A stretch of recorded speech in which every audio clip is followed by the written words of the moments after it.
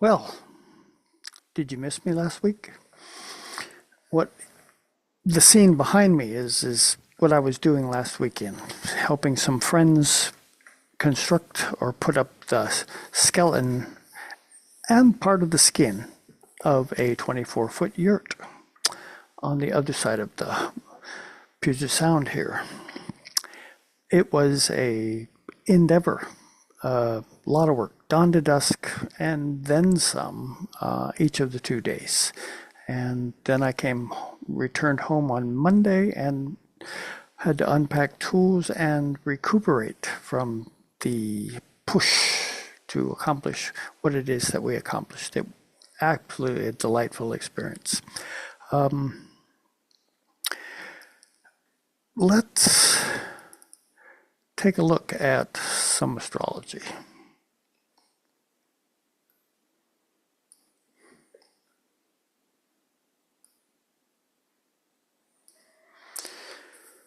This is the day after we here in the United States had our election. And in that election, on this day, very fast observation of a theoretical winner for who will be the next employee for we the people here in the United States transpired. And on this day, Venus was already out of bounds. And on this day, Mercury, Moon was always also out of bounds. On this day, Mercury went out of bounds and will be out of bounds until about the same time that Venus is out of bounds, which is in the very earliest days of December. So let's go back to our chart. Mercury in Sagittarius, out of bounds, has the capacity to inspire a version of, from a Sagittarian perspective, what else is there? And how far can we push that? And this is in relationship to how we facilitate our communication abilities and our thought processes. They've stepped beyond the limits of control, often seen as relevant to Saturn and the Sun, saying, this is what we would like you to determine as the parameters within which to exist, develop, if you will. Well, Mercury went out of bounds the day after this election, and so the thoughts of what else might be able to be attained, Sagittarius, surface. And for the whole rest of this month of December, there's that percolating energy of, perhaps some restlessness, because we sense that there's something else. We may not be clear as to just what that is, but we feel it. It's right there. I used the feel in there because the moon is also out of bounds during this, up until the 8th, which it was, let's see, it looks like Friday. And, the moon, what does the moon represent? The crescent of spirit with another crescent of spirit. So it's kind of like spirit listening to its own inward being, if you will. This is what the moon represents from a symbolical level.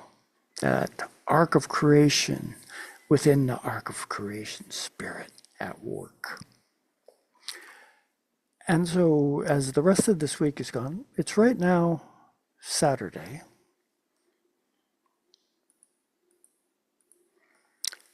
There, we'll bump the chart up to Saturday. We're in an Aquarius moon. And, one of the energetic factors in play right now is Pluto sitting here very near the end of Capricorn dance that it's been doing since 2008.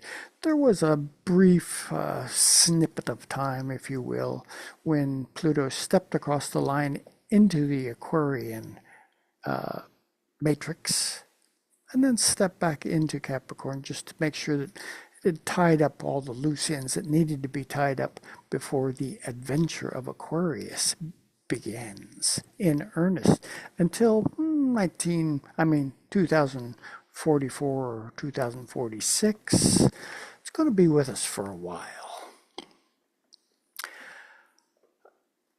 One thing, picture this, Capricorn, the mountain goat. It really is a sea goat, that's a whole different, consideration, which could take a while. I'm not going to go there. But the mountain, Capricorn represents, the attainment of somewhere up along that mountainous perspective or authority. This is essential, Capricorn. Along comes Aquarius, and, the shifts from one energy to the next, sign-wise in the zodiac, bring about a whole slew of new energies to be present. Well, Aquarius comes along after Capricorn, and if you tune into the modern ruler of Aquarius, Uranus, the rebel, there's a rebellion against, you guessed it, authority that is, the kind of energy that is being asked, by all of creation here in this transition of what planet? Pluto, And so it's not just a minor question of, I'm going to rebel against what the authority stands for and stuff. A little more dynamic than that. Pluto says, are there aspects of what it is that you are a part of, that I am a part of, that actually, from a Plutonic perspective, are being asked to pass away, to die, to be released and let go of, so that something new might have an opportunity to say, hello, are you paying attention to what it is that is available to you in this moment of rebirthing that has been invited onto the stage of life? Welcome to Aquarius. And Pluto's in there saying, and that you may have caught the wind of the fact that Pluto's going to be in this dance process through the realm of Aquarius for the next 20 years, 22 years.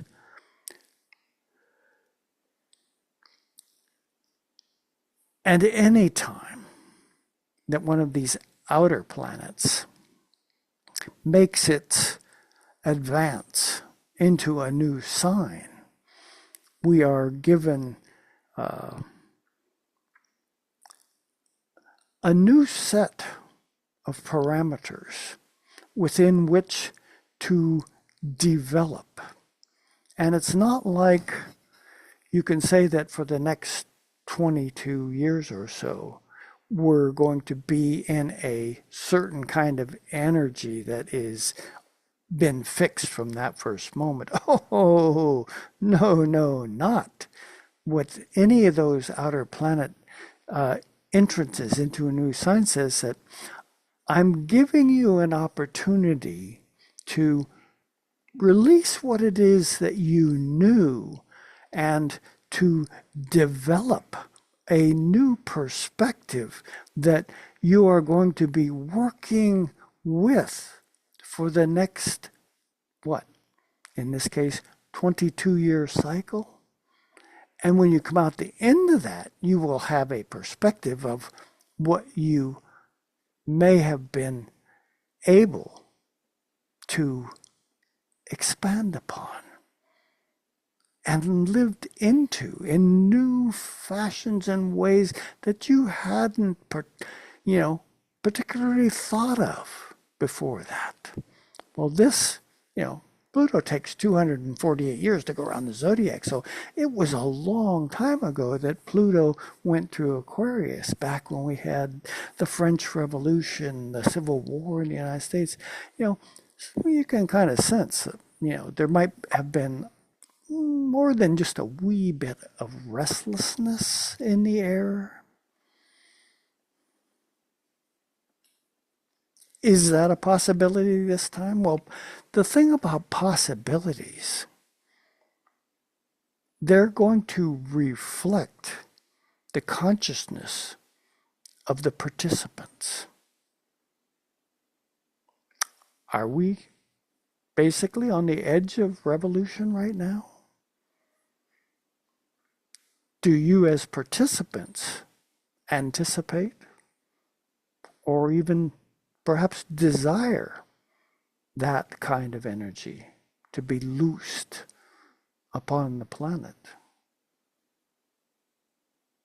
It's up to us to take a next step into something that we don't know yet exactly what that's going to mean.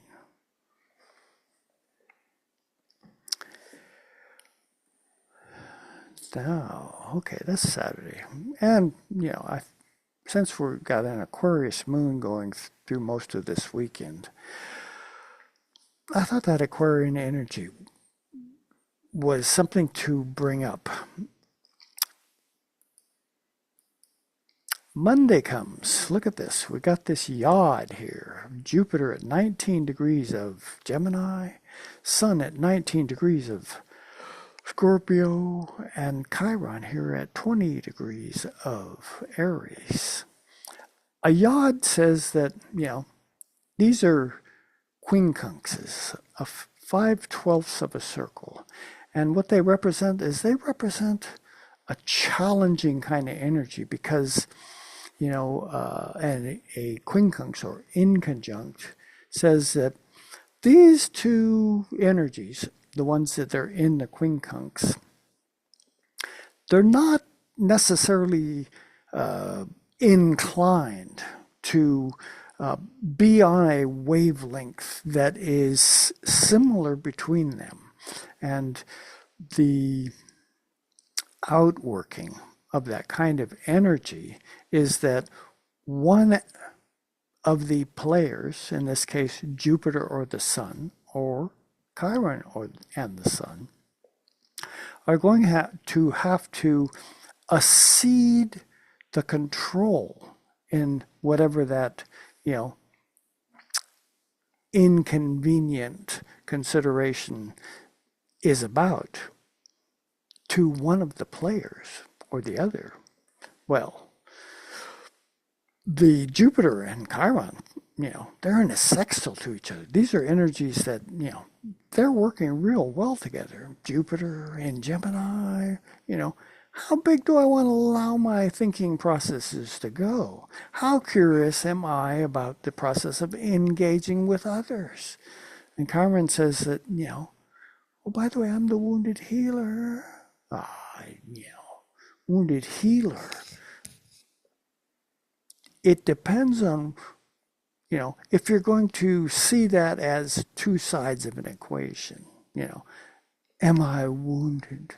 Do I have a hurt within me? We can say after the selection, some people might have a hurt within them.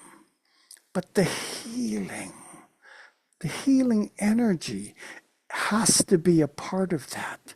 And in order to facilitate the awakening of that healing side of the equation, there is the requirement that some kind of a wound has to be present in order for the healing to transpire.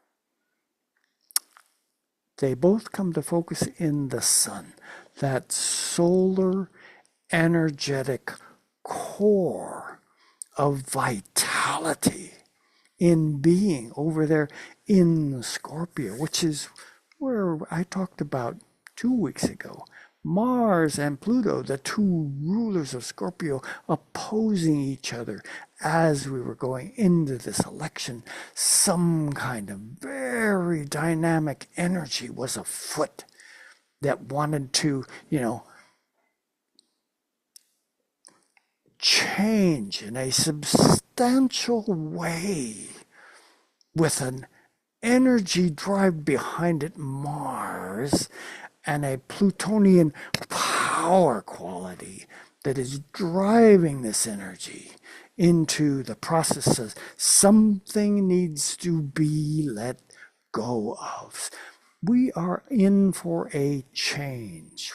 Well, the election definitely is an expression of a very potent kind of energy that is being considered right now as far as what is the direction that we as Americans,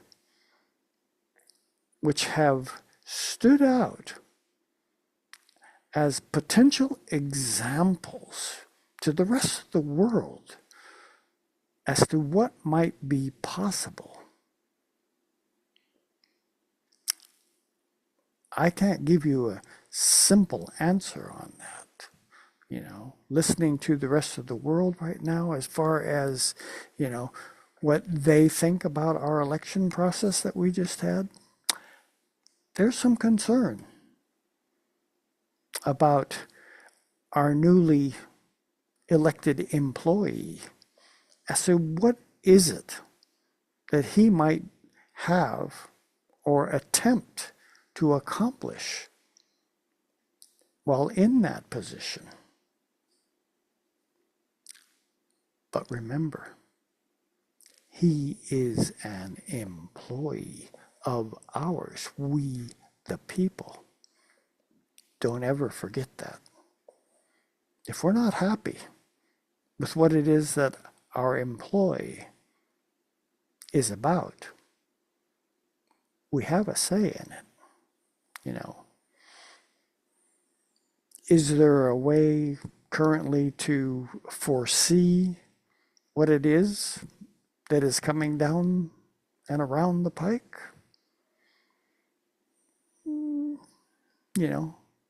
Many people are speculating as to what that might be.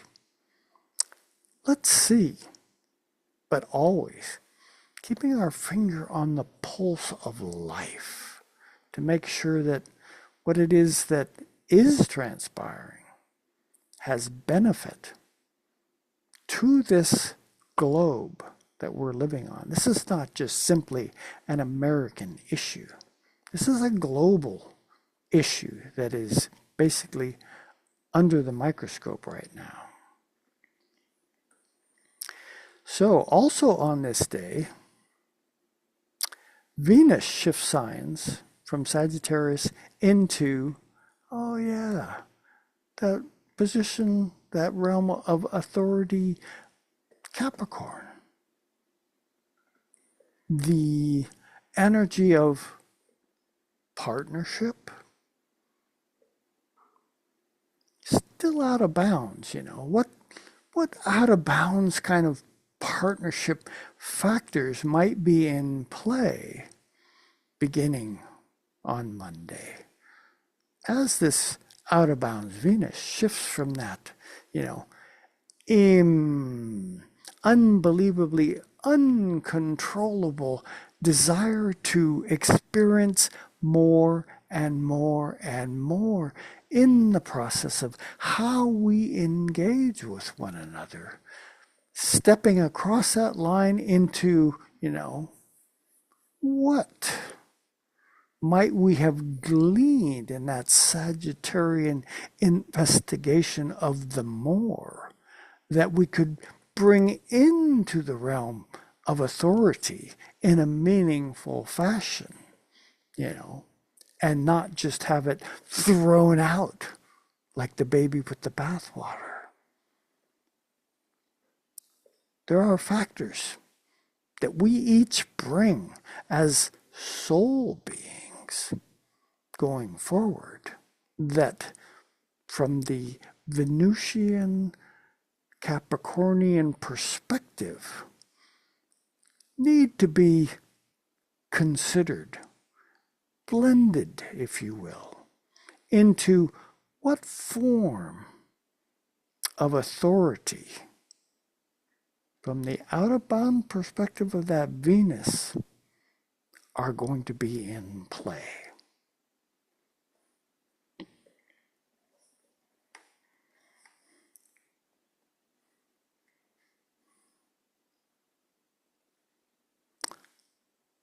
We step to the next day, Tuesday, a Mars day. Well, Mars, we know Mars has been shaking things up. Anyway, up there in Leo, the energy of, expression to make an impression, if you will. Leo, it's about to show. There's something going on, and I need to be at the center of it. Leo is ruled by, the sun, the center of the solar system. That's the reason they call it a solar system.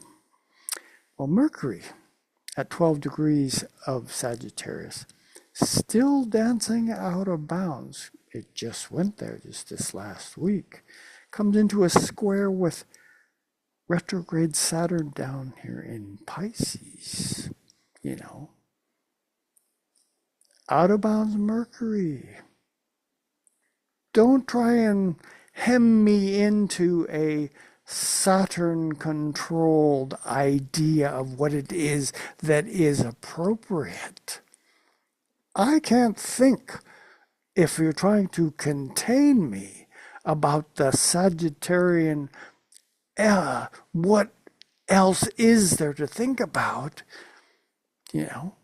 So Saturn in that square to Mercury, you could almost feel, some discomfort here at play between, the Sagittarian Pisces dance. Both of these planets, signs, are ruled by what? By Jupiter in Gemini. And you can kind of sense that perhaps that Gemini mercurial perspective will lean a little bit more specifically toward the Sagittarian side of this equation rather than the Piscean side of the equation. Yet at the same time, the Sagittarian religious spiritual quest has some deep roots within Pisces, which is the spiritual quest beyond simple questing, but an actual knowing of who or what spirit might be, who or what my soul seeks as an awakening process for this particular incarnational dance I am about. Is there a lesson plan? Saturn. Oh, yes, there is.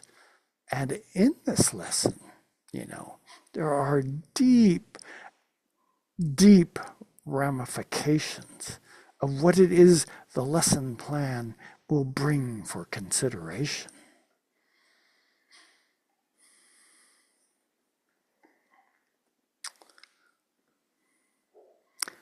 Let's jump ahead to Friday. On Friday, see the moon here at 20 degrees of Taurus, the sun at 23 degrees of Scorpio. These two are about to dance into the full moon experience. Full moons, that maximum amount of light up there. But this full moon is very close to,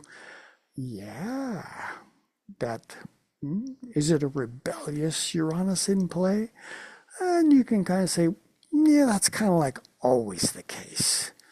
But there are reasons why Uranus represents that rebellious nature. It's attempting to make sure that we don't become too sedentary in our ways. And Uranus says, you've been still for way too long. I think I'm going to rattle the earth underneath you a little bit so that you're, kicked a little bit off kilter, if you will, because you need to see something else that's going on that, your comfort is not exactly allowing, the presence of what's churning beneath the surface to actually say, hello, are you really awake? As that's what Uranus is trying to do, is trying to wake us up. So this new moon has a alarm clock wake up kind of energy to it in Taurus, our realm of valuations. What is of value right now that this full moon might be considering? If I look quite specifically at the Sabian symbol for this full moon, it's going to stimulate possibly some discomfort, which you should feel at this particular full moon across that Scorpio-Taurus axis, valuation of personal Taurus self, and the collective valuation of the Scorpio, shared resource side of the equation. This Sabian symbol reads, keep your seatbelt fastened. An Indian warrior riding fiercely, human scalps hanging from his belt. Can you feel that? The keynote, the aggressiveness of human instincts when fighting for their earthly base of operation.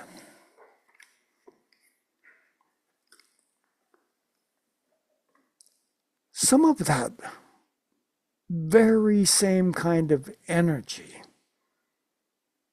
is afoot right now, post-election. And we need to be very cautious as to making sure that we stay appropriate within the bounds of what is beneficial to everything. You notice I didn't say everyone, everything. The environmental sphere within which we live, Taurus, representing our connection to Mother Earth, is asking us, are we clear? I mean, really clear right now as to what is of value, When I look at this election, we could say, yeah, the collective valuation has been up front. But what is of value? From what I'm able to observe as a, having studied economics at all kinds of levels, going to university back along the way, is we have essentially determined that money is where the valuation lies. And there's something to that, but it isn't the whole equation. Valuation is way more than just money. We are living in a hijacked economic system that is under the control of powerful economic factions that we have just voted for in this election, somehow with the idea that, if, and this seems to be some of the inclination of the of the upcoming regime, is to put all our, valuation in money and not in, the ramifications of what are the effects of just containing the money side of life and not recognizing the process of what that is doing to our whole environment. We can't keep on that same trajectory much longer before the imbalance in that equation, there's our Libra at work, is going to say, oh, Mother Earth, I'm tired of you human beings taking advantage of me so much. I'm just going to shake a little bit and wipe out portions of your reality. It has that capacity, It's done it many times throughout history. You look at the history of the world. We humans have only occupied, the last million and a half years in a billions-long process of the Earth's evolutionary dance and the control by economic factors and by business at the level that it is at right now, not much more than the past few hundred years at the most.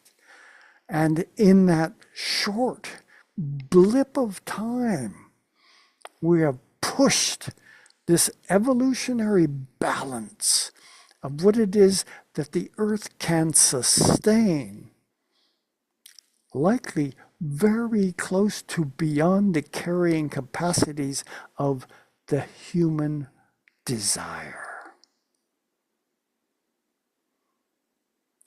I know I'm going a little bit longer today than normal, but there are factors in play or afoot right now that really take some serious soul level considerations as to what is it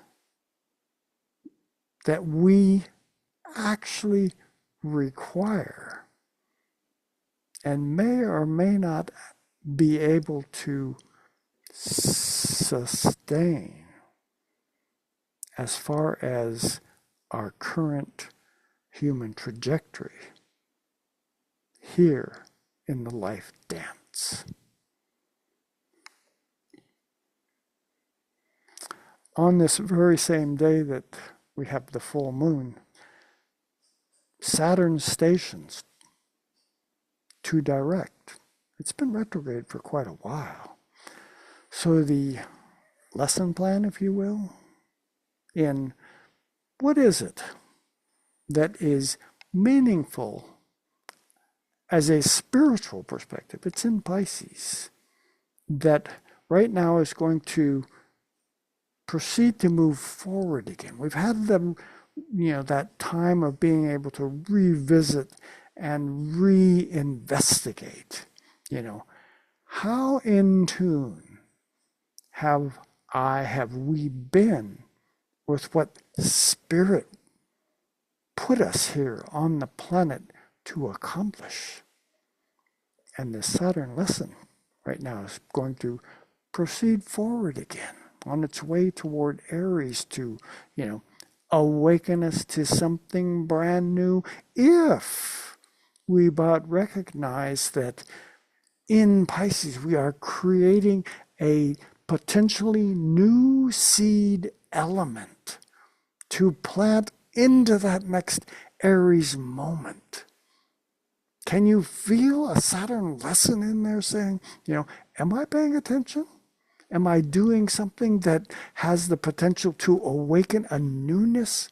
Or am I just going to continue on doing the same thing, planting the same seeds over and over again, expecting something new to come from something that has been repeated and repeated and repeated? To what effect? To the potential imbalance that now exists here on the planet between us,